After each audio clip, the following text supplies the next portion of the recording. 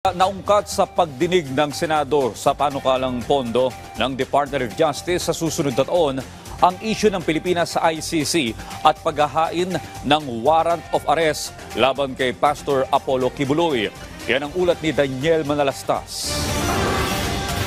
Nang talakayin sa Senado ang panukalang 2025 budget ng Justice Department, tinanong ng ilang senador si Justice Secretary Jesus Crispin Remulla sa usapin ng International Criminal Court. Sabi niya, kahit hindi na tayo miyembro ng ICC, madali naman para sa ICC na maabot o makausap ang mga testigo sa maraming paraan.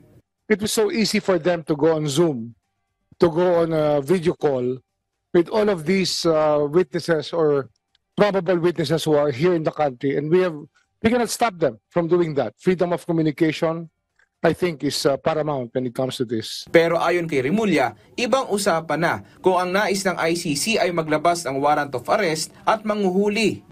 Kailangan ho itong dumaan sa ating court system. Ito pa kinakailangan na ng isang action to enforce a warrant, action to enforce a judgment. Kailangan po dumaan yan sa ating court system. Kaya hindi ho namin pakikialaman kasi yan po trabaho na ng Interpol. Kung sabihin natin, nag-issue po ng warrant of arrest ng ICC, gusto mong enforce ng Interpol dito, pero para ho ito ay matuloy at hindi ho magkaroon ng kasuhan, kinakailangan pumunta muna sila sa korte natin. Matatanda ang isa sa nahaharap ngayon sa reklamo sa ICC ay si dating Pangulong Rodrigo Duterte at si Senator Ronald Bato de la Rosa na PNP chief noon sa madugong war on drugs. Pero nang hinga ng komento si De La Rosa sa bagong pahayag ng DOJ. Very good.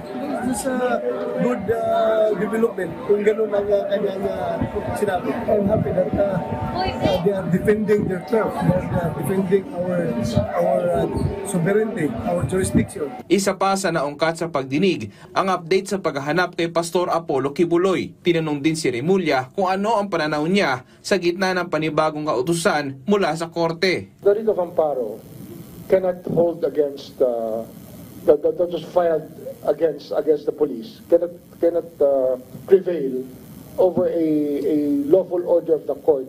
We are not really about to raise our hands and surrender to the court in that manner.